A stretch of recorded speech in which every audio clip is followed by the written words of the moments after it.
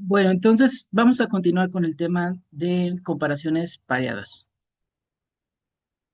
Hemos visto principalmente hasta ahorita pruebas de hipótesis para comparaciones para pruebas de hipótesis sobre la media de una población o la media de dos poblaciones, principalmente. También se mencionó que había sobre la proporción de una población o la diferencia de proporciones de dos poblaciones, entre otros. Bueno, en este caso nos interesa hacer comparaciones pareadas y puede ser por diversas razones. Entonces, resulta que a veces tenemos dos poblaciones que queremos comparar, pero estas poblaciones son diferentes. Sin embargo, por razones que no necesariamente conocemos, la verdadera diferencia pues no se nota. Y entonces podemos correr el riesgo de no rechazar la hipótesis nula, aunque realmente sí haya diferencia. Y esto es común, por ejemplo, en poblaciones donde la variabilidad es muy elevada, como en el caso de las poblaciones de humanos.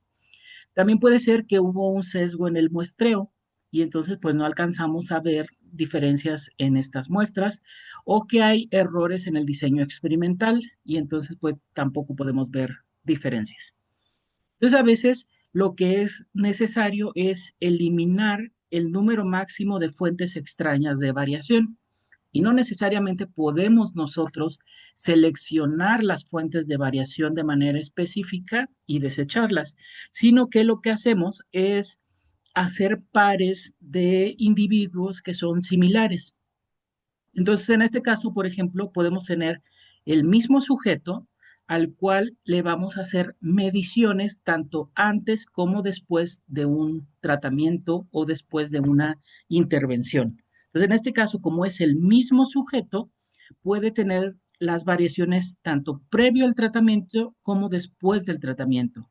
Así que como la variación está siempre presente, digamos que pues podemos despreciarla y podemos ver solamente el efecto del tratamiento o de la intervención. También puede ser que se elija hacer una intervención o un tratamiento con gemelos, ya que a uno de los gemelos se le puede dar el tratamiento y a otro se le puede dar el placebo. Estos experimentos con gemelos a veces son con animales que son de la misma camada, por ejemplo, o realmente gemelos humanos. Es muy difícil tenerlos, pero puede ser posible. A veces también puede ser que sean hermanos, nada más que en el caso de los hermanos, pues hay que considerar que sean hermanos que hayan crecido de la misma forma, que hayan tenido también las mismas condiciones en todos los casos, para que pues realmente podamos considerar que tienen los mismos efectos de variación. Y por otro lado, también podemos considerar individuos que no necesariamente son gemelos o hermanos, pero que crecieron en condiciones iguales. Y aquí con ciertas restricciones, porque no tienen la misma condición genética, pero el resto de las condiciones sí son iguales. Entonces, podemos considerar que en estos casos, pues los individuos tienen las mismas variaciones. Y entonces, a la hora de nosotros hacer nuestras comparaciones, podríamos graficar uno de los casos, una de las condiciones, y al otro lado, la otra de las condiciones. De manera que si nosotros no hiciéramos los pares, pues realmente parecería que no hay ningún efecto. Este suele ser el caso, esto suele ser lo que se ve. Pero si ya hacemos los pares, que aquí en esta gráfica se aprecia como unas líneas, estas líneas grises nos muestran a qué par corresponde cada punto. Más bien estas líneas conectan cada par.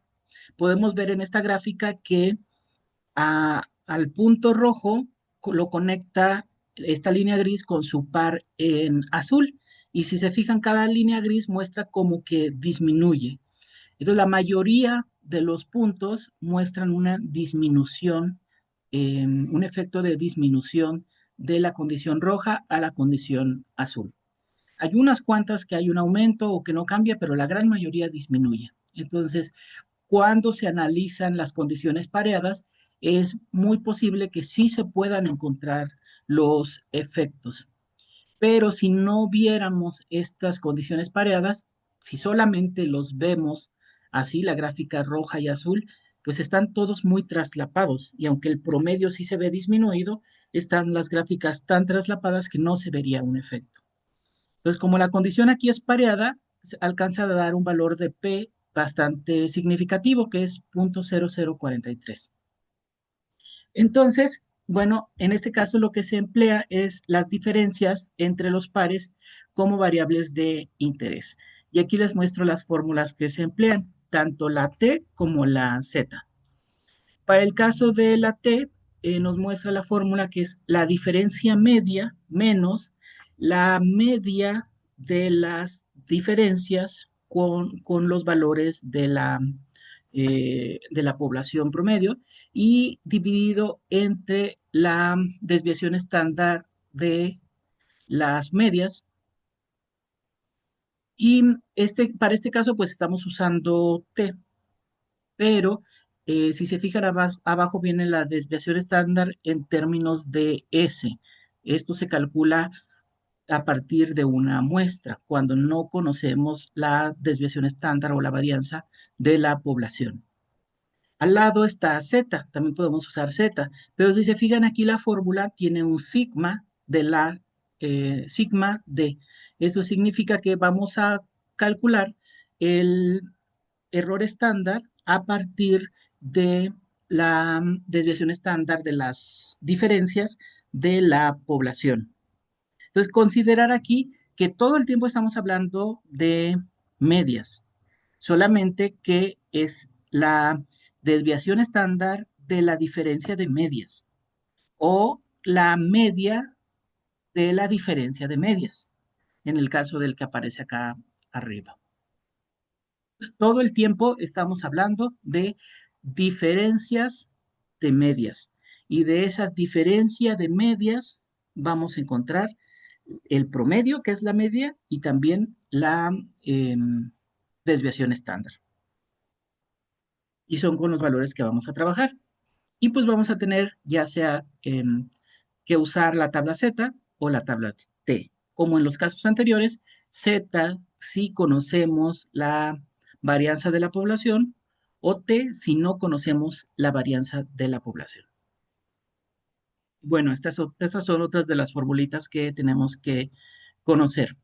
Entonces hay que tener presente que cuando estemos trabajando con un experimento donde hablamos de un tratamiento que se empleó y entonces tenemos los valores de un sujeto o un animal o una población o unas bacterias y tenemos los datos de los valores previo al tratamiento y después del tratamiento, entonces es una comparación pareada y necesitamos hacer ese tipo de análisis.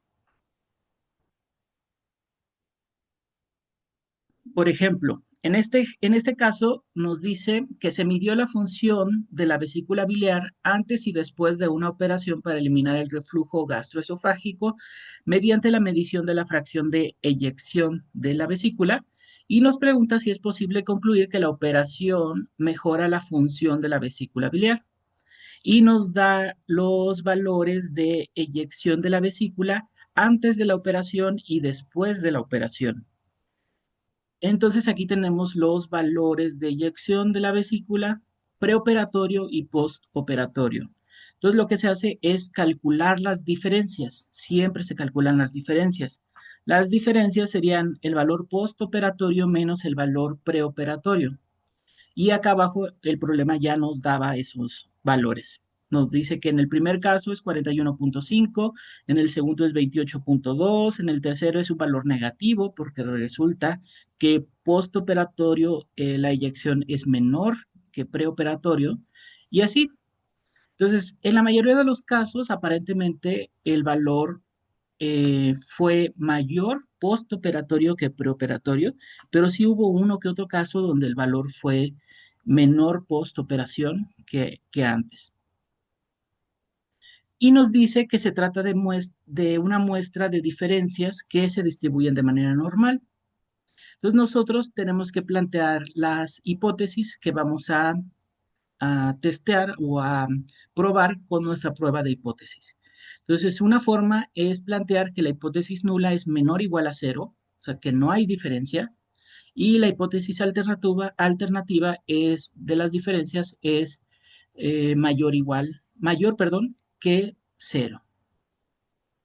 Em, Aquí se tiene que plantear así porque como está diseñado el experimento, nosotros esperaríamos que la operación mejore la función de la vesícula. Entonces, sí esperamos que postoperatorio haya mayor eyección de líquido que preoperatorio. Entonces, sí esperamos un valor positivo de la diferencia. Entonces, nuestra hipótesis alternativa tendría que ser mayor que cero. Entonces se plantea la alternativa como mayor que cero. Y entonces planteamos la nula, que es la que queremos rechazar, como menor o igual que cero. Otra forma sería plantearla sin distinguir el sentido de la comparación. Entonces simplemente decimos que la diferencia es igual a cero y la alternativa va a ser que la diferencia es diferente de cero.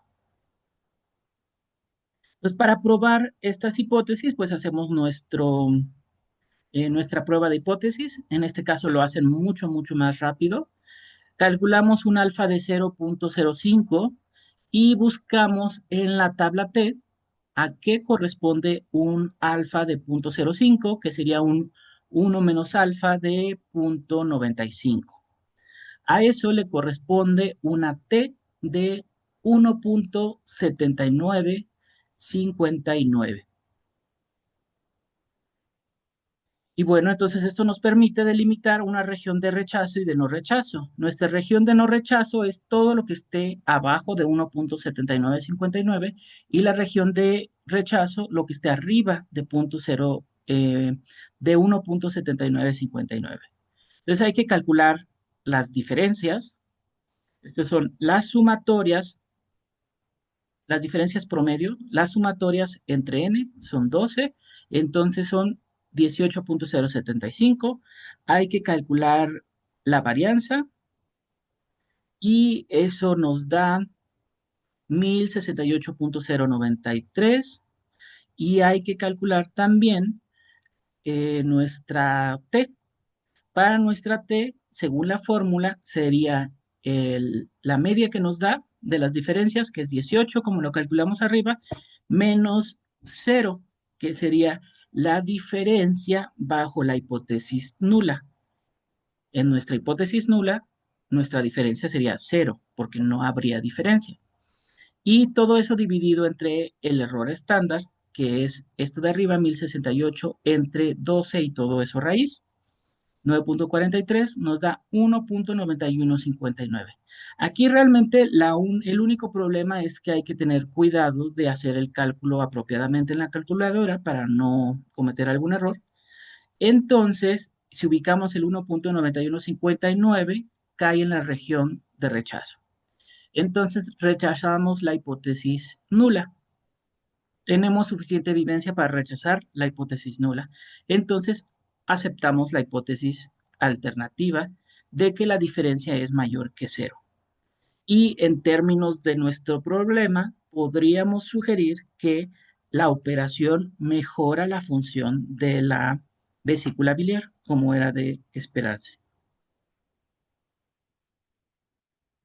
Entonces, recordar que cuando sí conocemos la varianza, vamos a usar Z en vez de T, y aquí vendría la varianza de las diferencias, bueno, sería la desviación estándar de las diferencias, dividido entre raíz de n.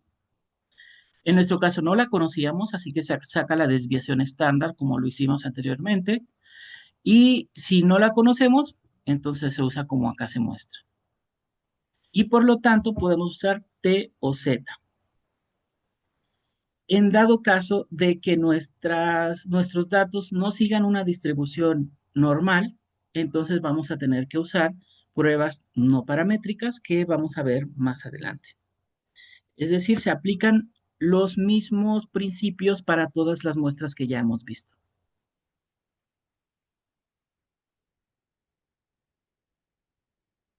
Bueno, entonces eh, les voy a poner algunos ejemplos, pero quiero saber si se entendió, si hay alguna duda.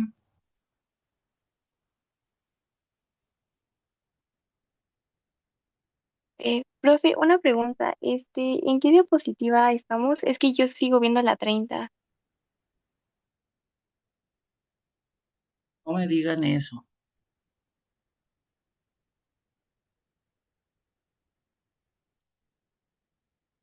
Si ya pasé todas, muy bien. Primero les mostré el problema con los datos de la, em, del problema de las diferencias de la vesícula, del volumen de eyección de la vesícula, y luego el procedimiento para resolverlo, que básicamente es calcular la, la diferencia media, la varianza y t, y definir si cae en la región de rechazo o no rechazo. Y bueno, aquí nada más nos faltó calcular el valor P, que sería a qué le corresponde, qué valor de P corresponde a este T igual a 1.9159.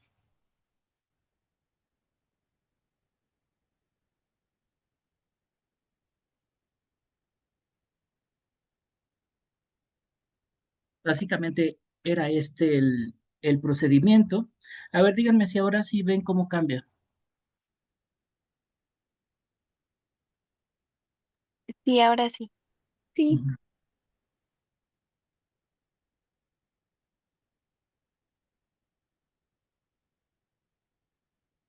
Bueno, este es el procedimiento. Si se fijan ahora, fue em, todos los pasos condensados, básicamente. Y una de las cosas es que pues ya no fuimos a buscar tanto esto de a qué le corresponde un alfa de 0.05, cuánto es uno menos alfa, porque pues todo eso se hace en todos los casos. Entonces pues ya sabemos que para alfa de 0.05, uno menos alfa es 0.95, se busca en la tabla para encontrar a qué t corresponde, que es 1.7959, y delimitamos así la zona de rechazo y no rechazo, que es lo que les muestro en la gráfica. Todos esos pasos fueron em, se, digamos que se omiten porque se hacen en cada caso, y solamente se muestran los cálculos.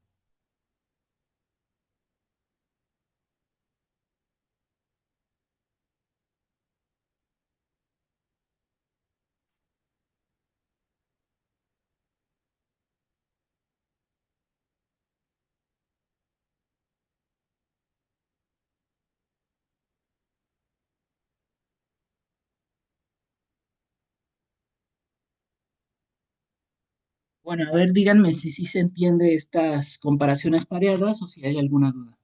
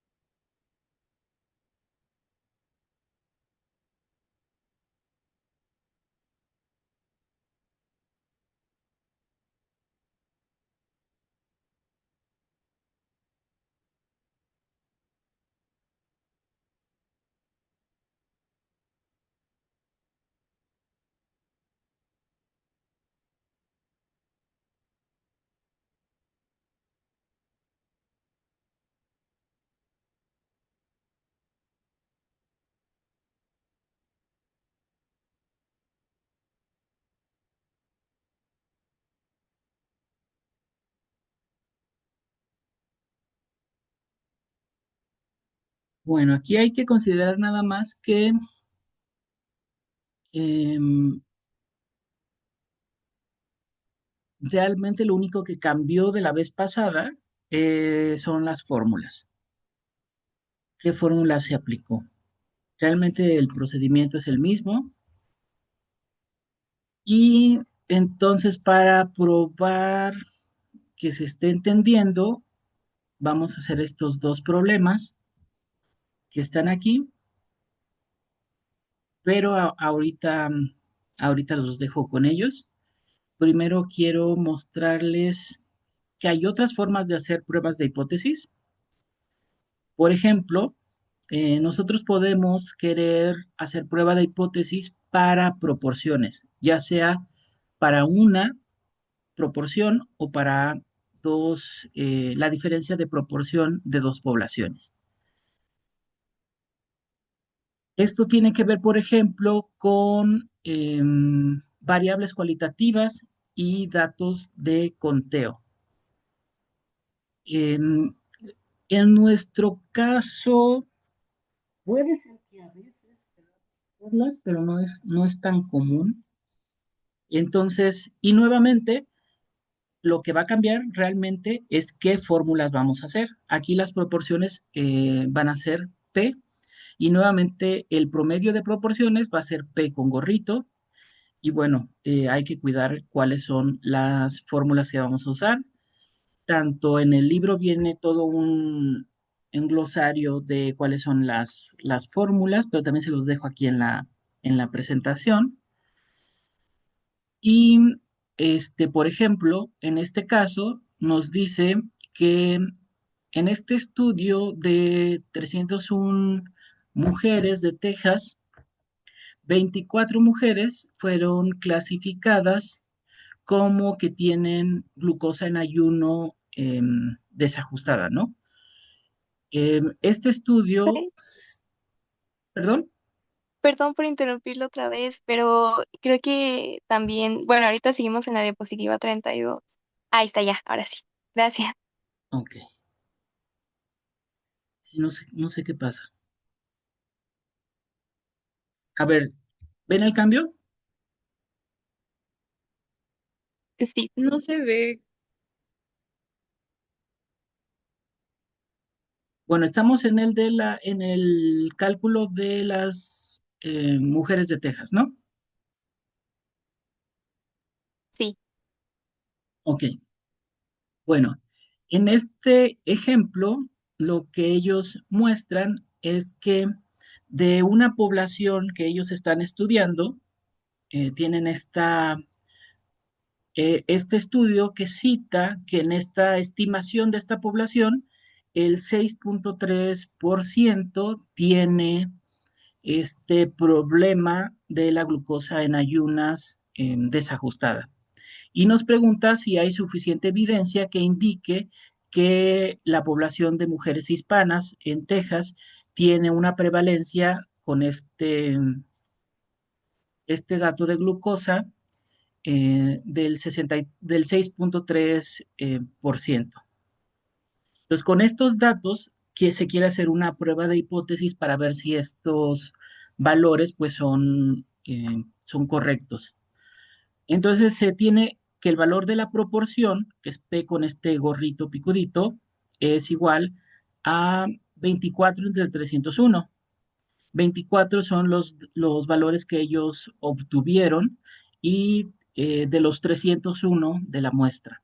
Y eso es 0.08. Por lo tanto, ellos ponen la hipótesis alternativa de P mayor a 0.063 y la hipótesis nula de P menor o igual a 0.063, ya que la pregunta dice claramente que si hay evidencia para indicar que esta población de mujeres tiene una prevalencia de esta glucosa desajustada en ayunas mayor del 6.3%. Entonces, si la pregunta dice algo, eso se transforma en la alternativa y entonces planteamos así la alternativa y la nula.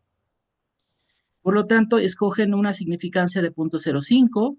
Esto como se va a usar Z, corresponde a una Z de 1.645 y se va a rechazar la hipótesis nula si se calcula que Z es mayor a 1.645.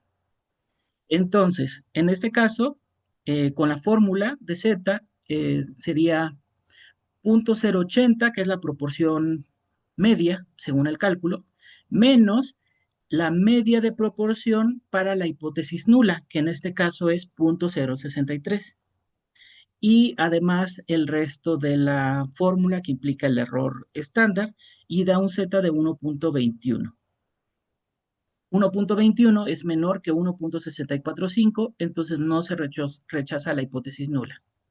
Por lo tanto, no hay suficiente evidencia para rechazar la hipótesis nula, de acuerdo con este ejemplo.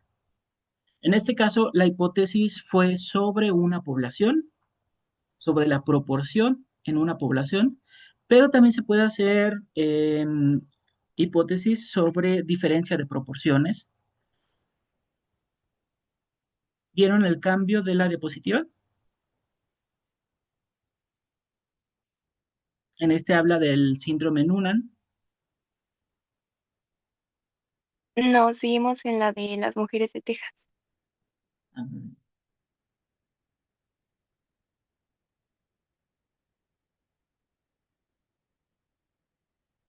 Ahora sí deben estarlo viendo.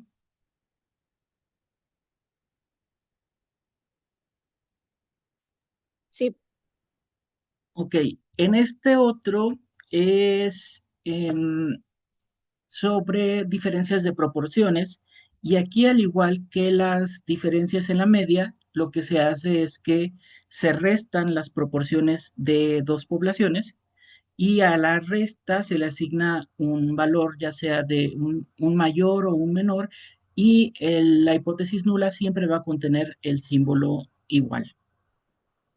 Y vamos a tener la fórmula para Z y la fórmula para T correspondientes a las proporciones y pues se va a hacer de manera similar.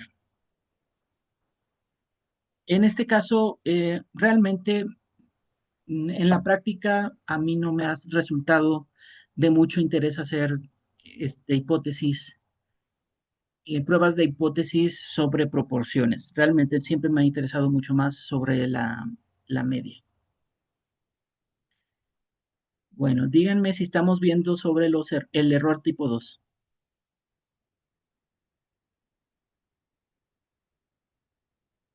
No, Ok.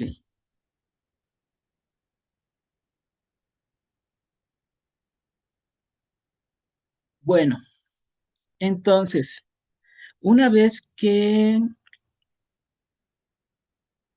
sabemos que existen muchos tipos de pruebas de hipótesis, aunque realmente el procedimiento es el mismo, hay que tener presente que mayormente nosotros controlamos el error tipo 1 y a ese le llamamos alfa, porque es el, también le llamamos como la significancia que estamos dispuestos a tener y a la vez es el error con el que estamos dispuestos a cargar. Por eso elegimos un alfa muy pequeño y de alguna forma ese es el error que toleramos. Por eso elegimos 0.05, a veces 0.01 y de alguna forma tenemos una manera como de cuantificarlo, de medirlo, de mantenerlo a raya. Sin embargo, recuerden que hay otro error, el error tipo 2, y ese sí no lo controlamos. Nunca lo hemos estado considerando en todas estas pruebas que hemos hecho. Por eso a la hora de que nosotros decidimos rechazar o no una hipótesis nula, cuidamos mucho el lenguaje. Por eso cuando tenemos eh, cuando tenemos suficiente evidencia que nos permite rechazar la hipótesis nula, decimos que tal cual tenemos evidencia para rechazar la hipótesis nula y por lo tanto aceptamos la hipótesis alternativa. pero si no nos permitimos rechazar la hipótesis nula, solamente decimos no hay suficiente evidencia para rechazar la hipótesis nula, pero no decimos no se rechaza la hipótesis nula, ni se acepta la alternativa, porque entonces no podemos dejar de considerar al error tipo 2 que no teníamos en consideración. El error tipo 2, entonces, hay que recordar, ocurre cuando la hipótesis nula es falsa y no la rechazamos.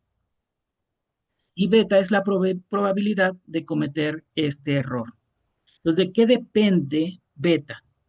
Beta va a depender del valor verdadero del parámetro de interés, de nuestra media, de nuestra proporción, del que sea con el que estemos trabajando, del valor hipotetizado para el parámetro según la hipótesis nula, también del nivel de significancia alfa que elegimos, pero incluso del tamaño de la muestra. Por eso a veces podemos decidir, ok, con esta muestra que tengo, no puedo rechazar la hipótesis nula, pero lo que sí puedo hacer es aumentar el tamaño de mi muestra para ver si ahora sí consigo suficiente evidencia para rechazar la hipótesis nula. Entonces, con alfa y n fijos, podemos calcular muchos valores de beta, suponiendo distintos valores verdaderos del parámetro cuando h0 es falsa.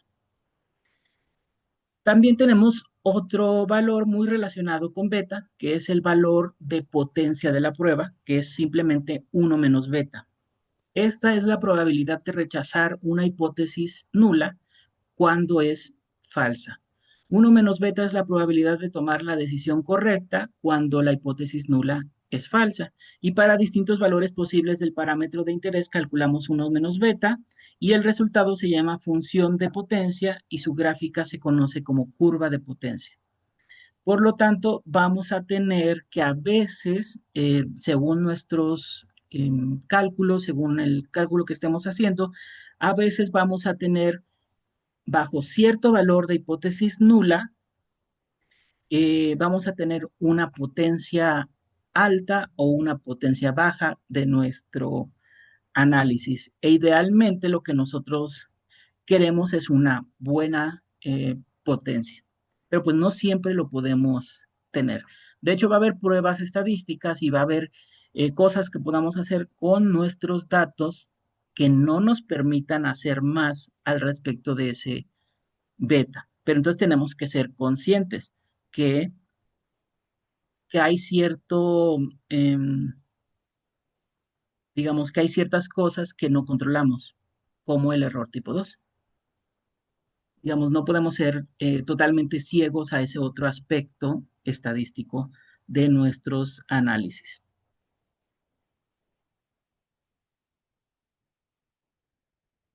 Bueno, entonces el error beta se relaciona con el tamaño de la muestra y esta nos permite también controlar un poco los errores en las pruebas de hipótesis. Entonces, recordemos que el error tipo 1, alfa, es aquel que nos permite,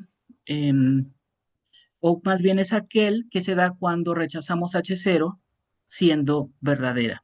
Entonces, la probabilidad de cometer este error es alfa y normalmente nosotros elegimos el error que vamos a tolerar antes del estudio, ya sea 0.05 o 0.01.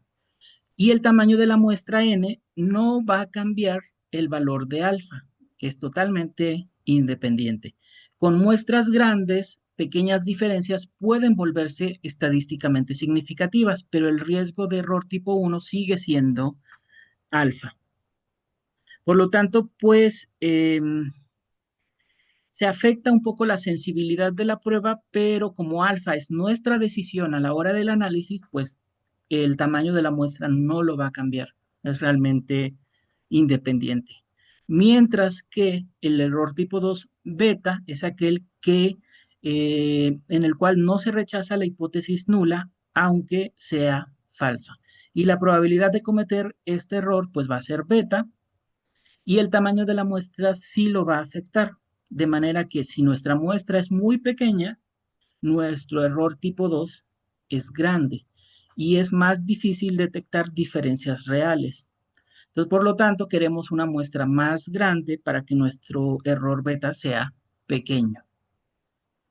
Entonces, a mayor N, disminuye beta y aumenta la capacidad de detectar efectos reales.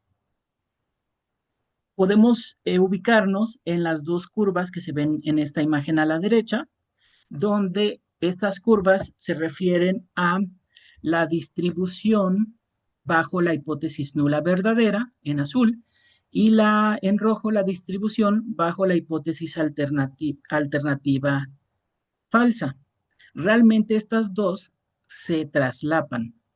Normalmente con nuestra prueba de hipótesis nosotros simplemente estamos trabajando con la azul y mostramos nuestra región de rechazo y nuestro valor crítico considerando un alfa pequeño.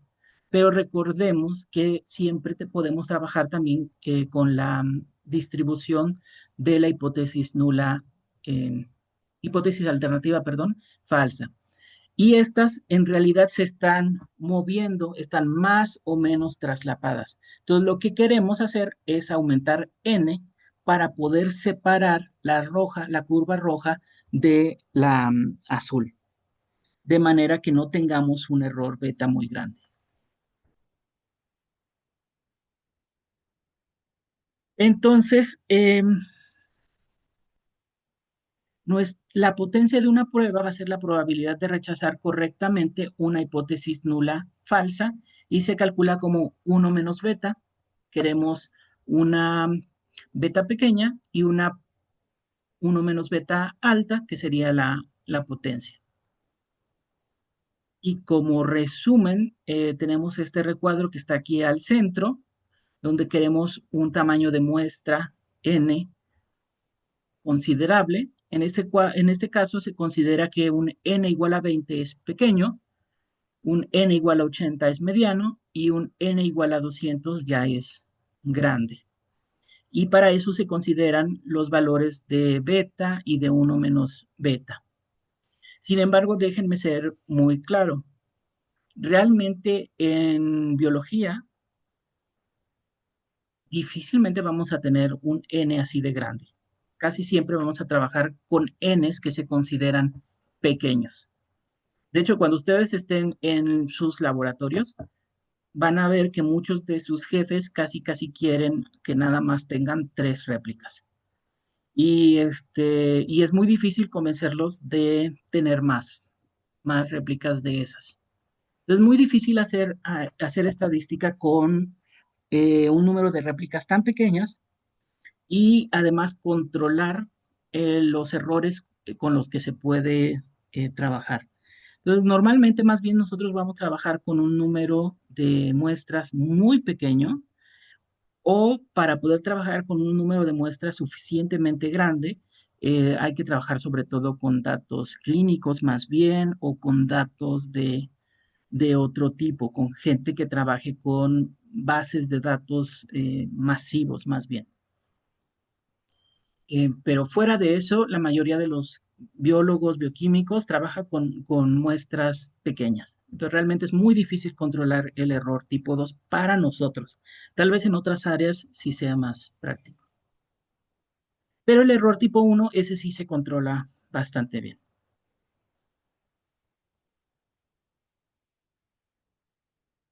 Entonces, bueno, aquí al final de de las diapos, les voy a dejar las fórmulas con los casos en los que se van a usar cada una de esas fórmulas. También pueden revisarlas en el libro, pero por si no las ubicaban fácilmente, se las dejo aquí en la presentación. Y bueno, para que practiquen las diferencias, las pruebas de hipótesis sobre diferencias, aquí les dejo estas, estos dos ejemplos. De uno que tiene que ver con conteos de linfocitos TCD4 antes y después de tratamiento, y este otro que tiene que ver con tratamiento contra la psoriasis, con luz UV y con un fármaco.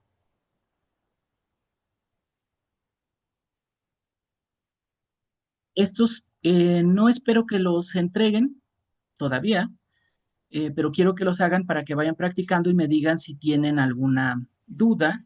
Y estos más bien los vamos a hacer de otra forma, los vamos a entregar más adelante como un archivo de Markdown y este, como una tarea. Pero todavía no. Mientras tenganlo así a mano, después ya lo vamos a pasar al archivo que van a entregar realmente.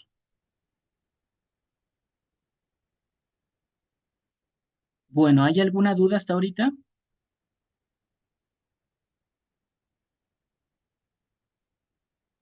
Todo bien.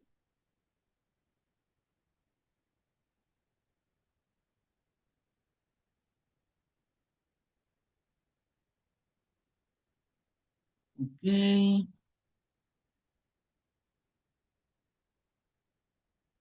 el 7.3.2.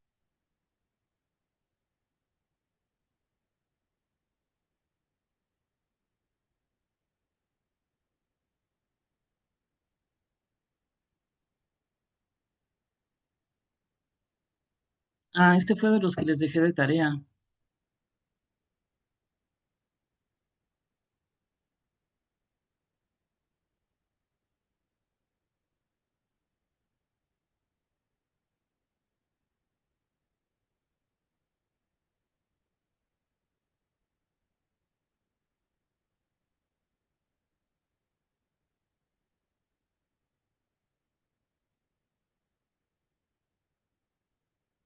Es que tenía la duda de si también en este se calcula P, porque como se usa la T de student, Ujú. no estaba muy segura. Y, y también se calcula P si encuentran el valor. Y si no, pues como se está trabajando ahorita con la tabla, se ubica el valor P más cercano para el valor de T más cercano. Sabiendo pues que como es la tabla, pues no tenemos los valores completos. Y ahorita, ya cuando lo trabajemos en R, pues es mucho más fácil porque ahí sí tenemos todos los valores disponibles.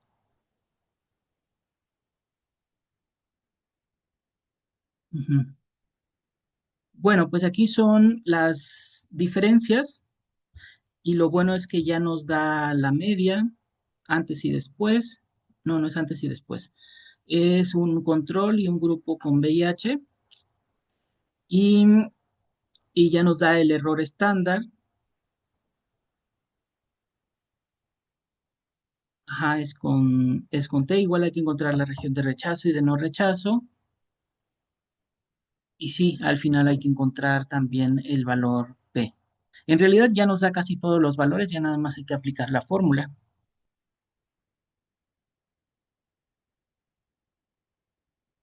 No he visto sus sus cálculos. De hecho, creo que tienen hasta hoy para subirlos, ¿no?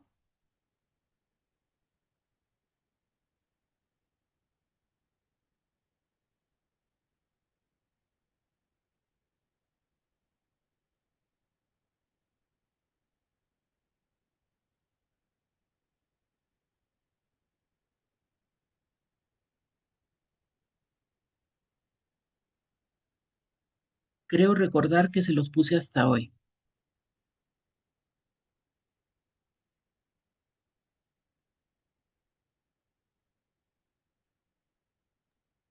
Creo que la tarea, bueno, decía que era para la semana pasada. Ok. De todas maneras, si alguien faltó de entregarlo, todavía lo puede subir. Yo no lo he revisado. Esta semana lo reviso.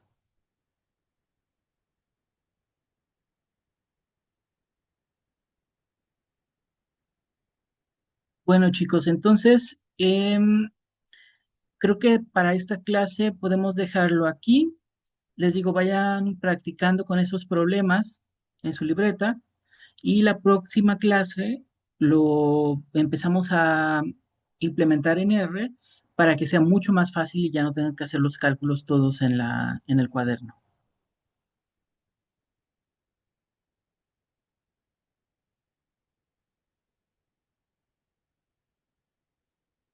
Y mientras tanto, pues voy viendo qué tal les está yendo con los cálculos, también para saber qué hacemos.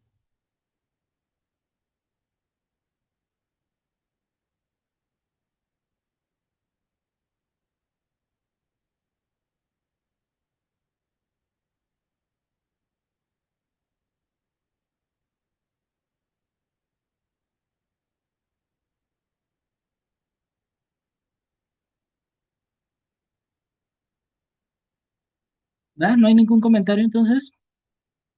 Para dejarlo hasta aquí entonces.